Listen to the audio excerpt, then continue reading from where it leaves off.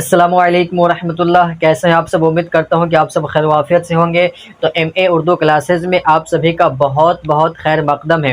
दोस्तों, आज का हमारा ये क्लास उर्दू लिखना पढ़ना सीखे के 7वां क्लास है।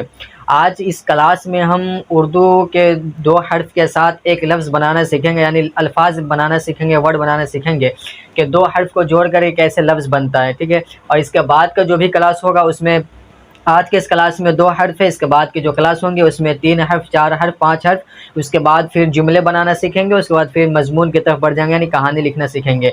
तो और इससे पहले जो भी क्लासेस हुए हैं उन तमाम में हमने हरूफ के बारे में मुकम्मल तौर पर बताया है कि उसको पढ़ना कैसे है, लिखना कैसे है और कैसे हर्फ जो है अदा किया जाता है। उन तमाम चीज़ों को इससे पहले वाले क्लासेस में हमने बता दिया है। उसके बाद फिर 2 हर्फ से मिल कर के एक हर्फ कैसे बनता है, वो सारी चीज़ें इससे पहले वाले जितने भी क्लास हैं उन तमाम में इन तमाम चीज़ों को क्लियर कर दिया है। अब यहाँ से जो है अल्फाज को बनाना हमें सीखना है, तो हम 2 हर्फ से शुरू करते हैं, बिल्कुल आसान से, बिल्कुल ज़ीरो से।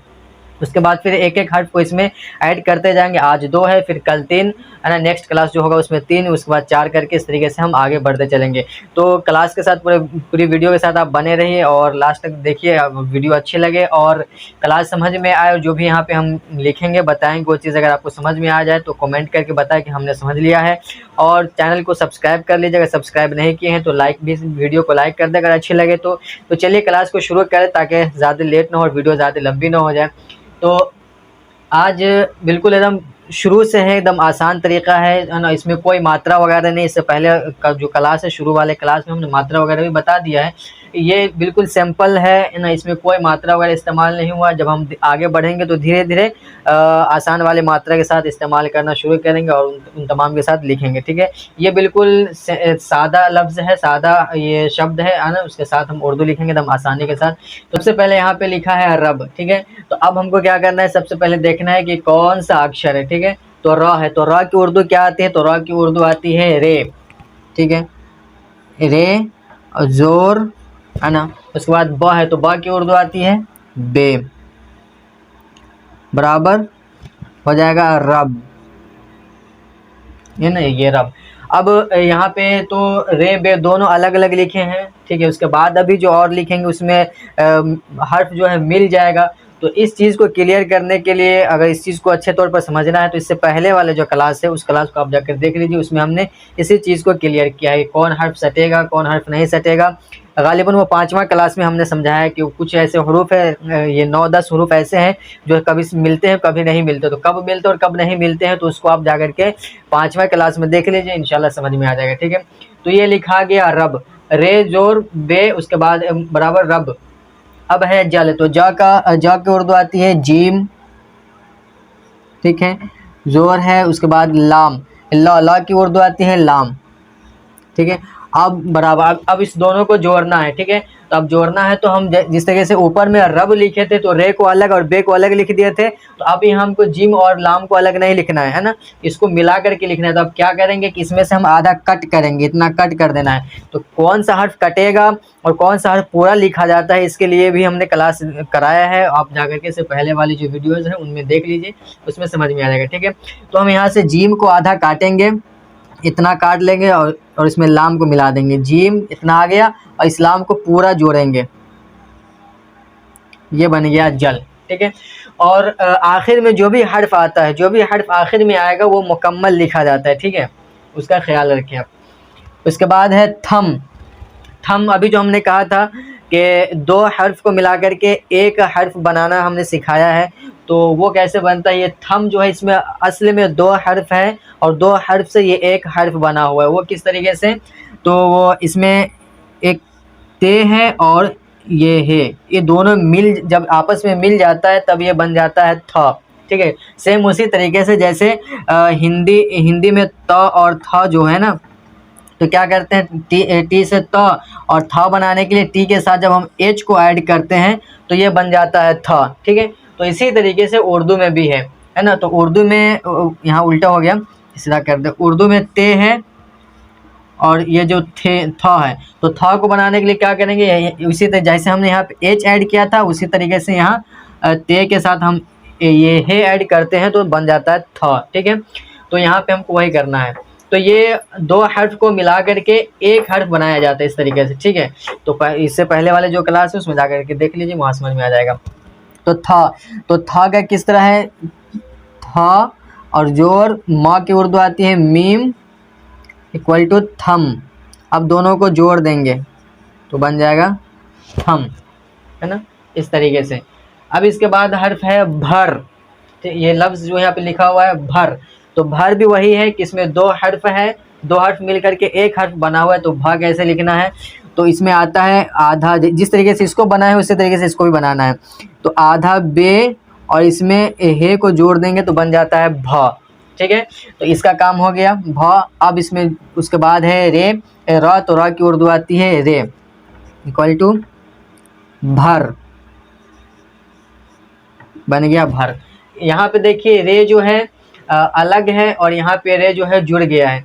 तो मतलब ये है कि अगर रे पहले आता है, किसी से भी पहले आता है तो रे कभी नहीं जुड़ता, लेकिन रे से पहले कोई दूसरा हर्फ आता है जो रे, जे, वाव वगैरह इन तमाम से उसके अलावा है, जो 9 हरूफ 9-10 हरूफ हमने इससे पहले वाले 5वें क्लास में जो बताया है ना। तो उसके अलावा जो आता है, जो इसके भाई है, जिसको मैंने इसके भाई कह करके बताया है कि इसके भाई कुछ 9-10 हरूफ ऐसे हैं, है ना। तो इनके अलावा जब हरूफ आता है तो उसके साथ ये जुड़ जाता है, ठीक है। लेकिन अगर ये पहले आ जाए तो फिर नहीं जुड़ता है, इससे पहले दूसरा आ जाता है तो जुड़ जाता है, ठीक है।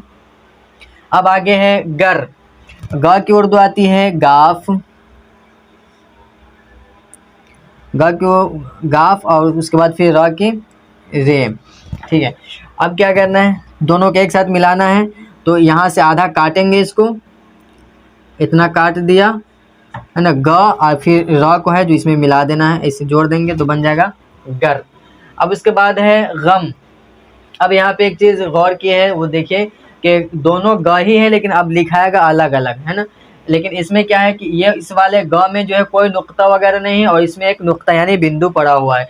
तो इस बिंदु के पढ़ने का मतलब ये है कि यहाँ पे ग नहीं बल्कि गैन है। और मैं शुरुआती क्लास में एक पहचान बताया था कि हिंदी में जितने भी हरूफ हैं और जितने भी हरूफ के नीचे इस तरीके से डॉट लगा होगा, बुंदा लगा होगा, और तो वो उर्दू में जितने ये नुक्ते वाले हरूफ हैं उसके वो उसका निशानदेही है ना, उससे पहचान में आएगा। तो हिंदी में जितने भी हरूफ होंगे जिसमें बुंदा लगा हुआ होगा, तो हिंदी में अगर बुंदा लगा हुआ है तो उर्दू के भी वही हर्फ होगा जिसमें बुंदा लगा होगा, जिसमें नुक्ता होगा, ठीक है। तो ये ट्रिक है जिससे समझ में आ जाती है बात। तो यहाँ पे इस वाले ग में कोई नुक्ता नहीं है, कोई बिंदु नहीं है ना।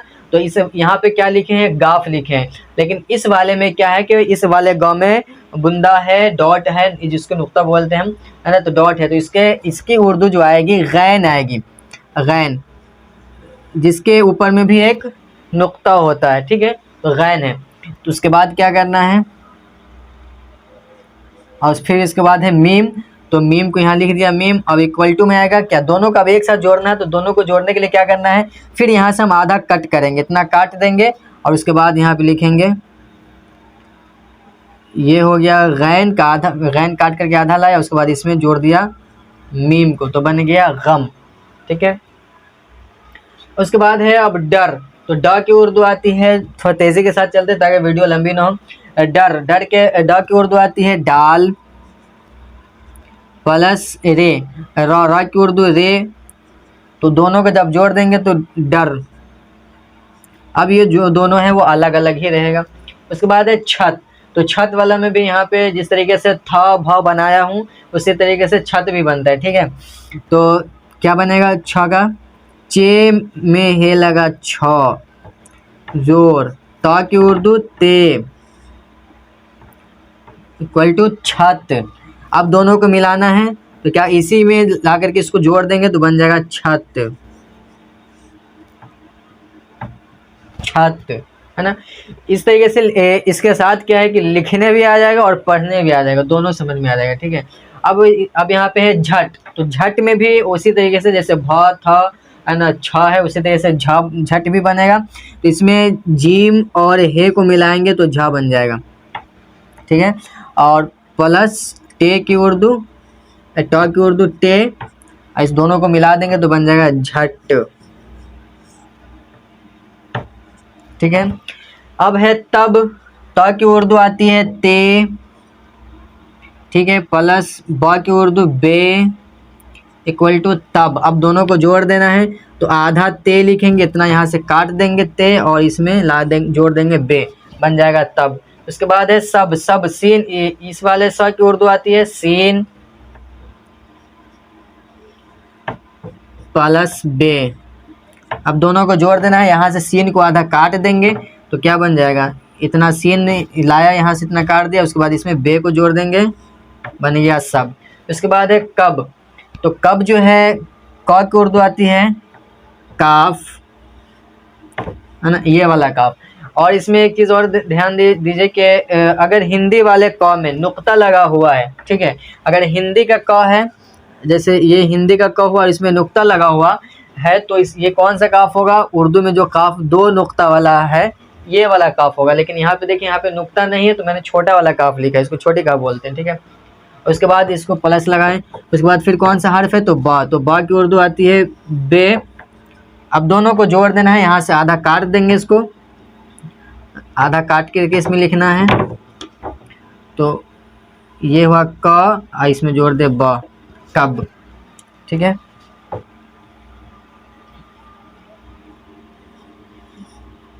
ये हो गया कब।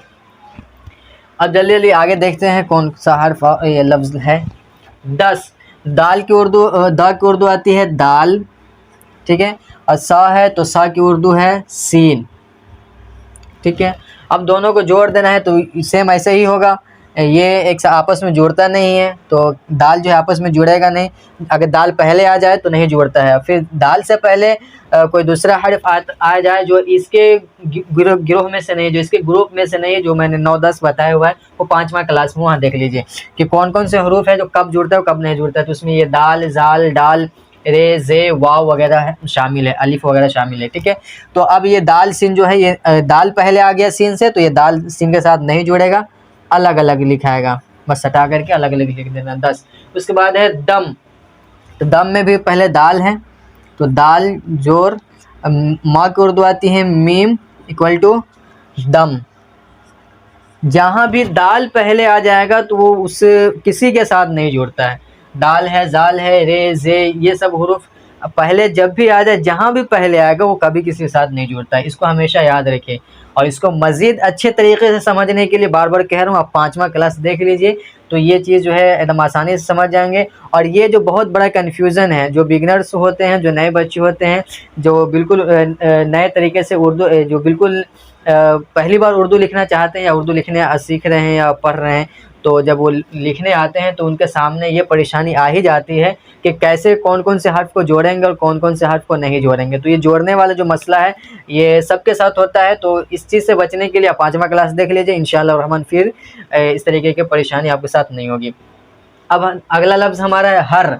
हर क्या है, तो हर का पहले हे का है, यहाँ पे हे और हा का हे आया, और उसके बाद फिर रा का रे, जो दोनों को जोड़ देंगे इस तरीके से,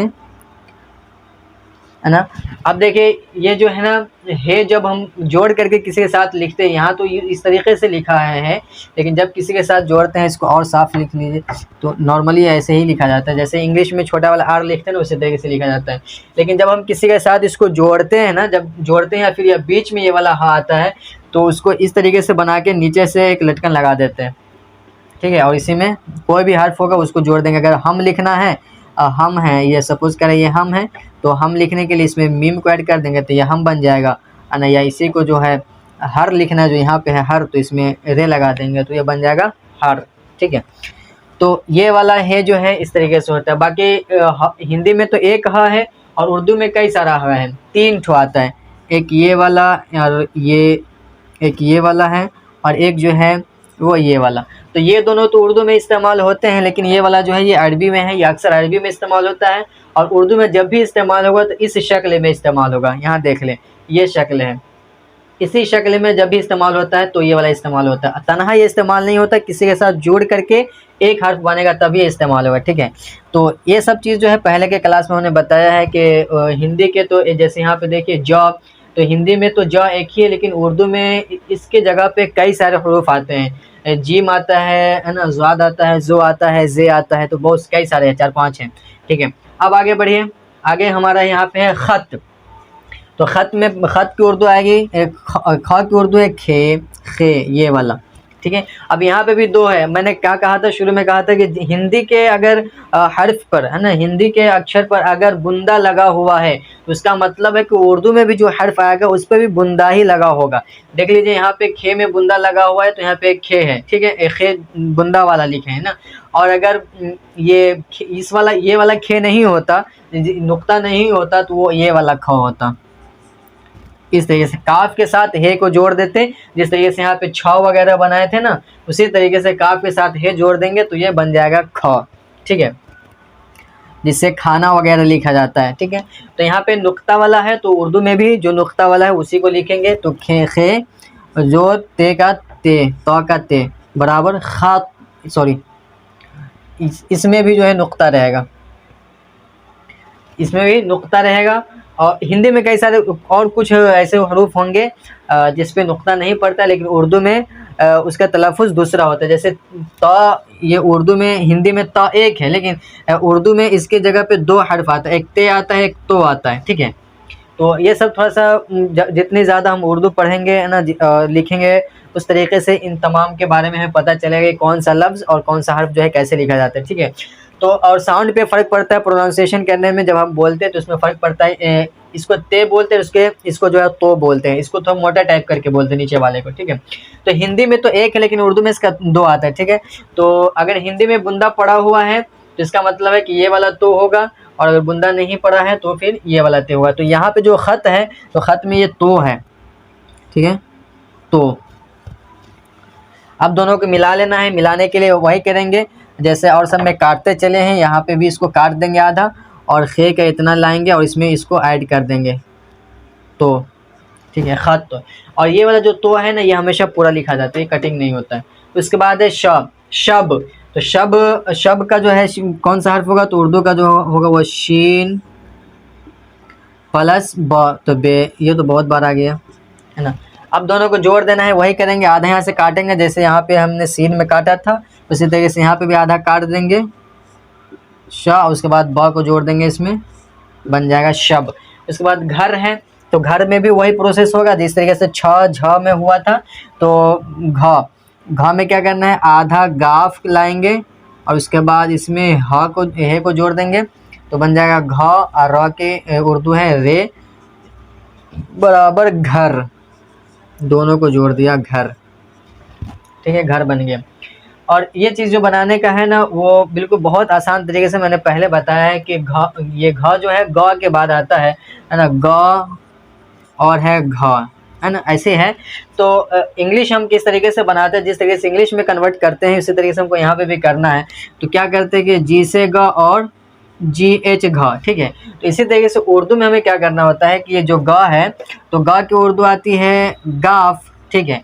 अब इसको घ बनाने के लिए हमको क्या करना है कि एच की जगह हमको ये वाला हे जो भी बताए थे कि ये हे अरबी का है, लेकिन ये जब भी इस्तेमाल होगा तो किसी के साथ जोड़ करके इस्तेमाल होता है, तो ये यहीं पे जुड़ता है। तो क्या करना है कि आधा गाफ को इसमें लाते हैं, और एच जो हम यहाँ घ बनाने के लिए इंग्लिश में एच ऐड किए थे, यहाँ पे हम इस वाले हे को ऐड करेंगे, ठीक है, तो बन जाएगा घ। और ये वाला जो ह, ये ह जो है ना, यही ह हिंदी में तो यही ह है, और इंग्लिश के लिए एक ही है, हिंदी में भी एक और इंग्लिश में भी एक, लेकिन उर्दू में 3 ह आता है, जो भी मैंने आपको लिख करके बताया था, ठीक है, ये 3 आता है। तो इस तरीके से जब भी इस्तेमाल होता है तो ये बीच वाला इस्तेमाल होता है, ठीक है। चलिए आगे देखते हैं, आगे कौन सा हर्फ है भाई, आगे है।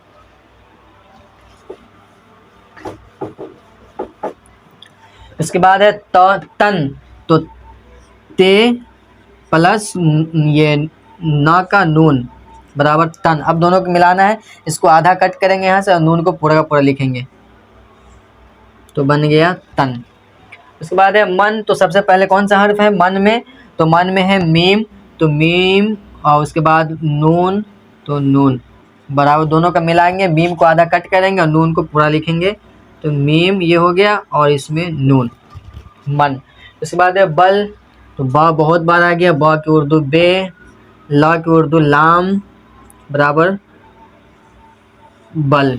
और अच्छा से देखिए कि यहाँ से आधा इसको हम इसमें भी कट करेंगे, ये हो गया बे, और इसी में जोड़ देंगे लाम, तो बन जाएगा बल। लास्ट हमारा है नल। तो ना की उर्दू नून और ला की उर्दू लाम। ठीक है, अब पलट देंगे इसको, इसको आधा करें, आधा यहाँ से काटेंगे तो ये हो जाएगा न, और इसी में लाम को मिला देंगे तो बन जाएगा नल। तो ये है, ये था पूरा 2 हरफ़ी अल्फाज है ना, 2 हर्फ से मिल करके ये सारे अल्फाज बने हैं। रब किस तरीके से लिखा है सब, उम्मीद है कि सारी चीज़ आपको समझ में आ गई होगी कि 2 हर्फ हमको कैसे लिखना है ना। इसको लिख करके प्रैक्टिस करें। यहाँ पे जो हिंदी लिखी हुई है इसको आप नोट कर ले, या फिर इसी तरीके से जो बगैर मात्रा के हरूफ आते हैं है ना, उसको आप लिख करके उर्दू में कन्वर्ट करने की कोशिश करें। हो जाए तो ठीक है, और जहाँ पे कोई दिक्कत हो तो आप हमसे कांटेक्ट कर सकते हैं। डिस्क्रिप्शन में हमारा कांटेक्ट करने का सारे ऑप्शन मौजूद है, आप वहाँ से कांटेक्ट कर सकते हैं। और अगर मुमकिन हो तो आप जिस कॉपी पे बनाए उस कॉपी का फ़ोटो आप मुझे भेज सकते हैं ताकि मैं उसको चेक कर सकूँ। ठीक है, तो उम्मीद है कि ये सारी चीज़ें आपको समझ में आ गई होगी। तो आज की क्लास में बस इतना ही। अब नेक्स्ट क्लास जो होगा हमारा इसमें हम यहाँ पे 2 हर्फ था, अब 3 हर्फ करके हम लिखेंगे, फिर 4, 5 इस तरीके से। तो उम्मीद है कि सारी चीज़ें आपको समझ में आ गई होगी कि 2 हर्फ को हमको कैसे जोड़ करके लिखना है, 2 हर्फ को जोड़ करके कैसे अल्फाज बनाए जाते हैं। तो आज के क्लास में बस इतना ही। अब फिर मिलते हैं नेक्स्ट की वीडियो में। बस आप सब यूँ ही हंसते रहें, मुस्कुराते रहें, खुश रहें, आबाद रहें, सलामत रहें। जब तक के लिए अल्लाह हाफिज़।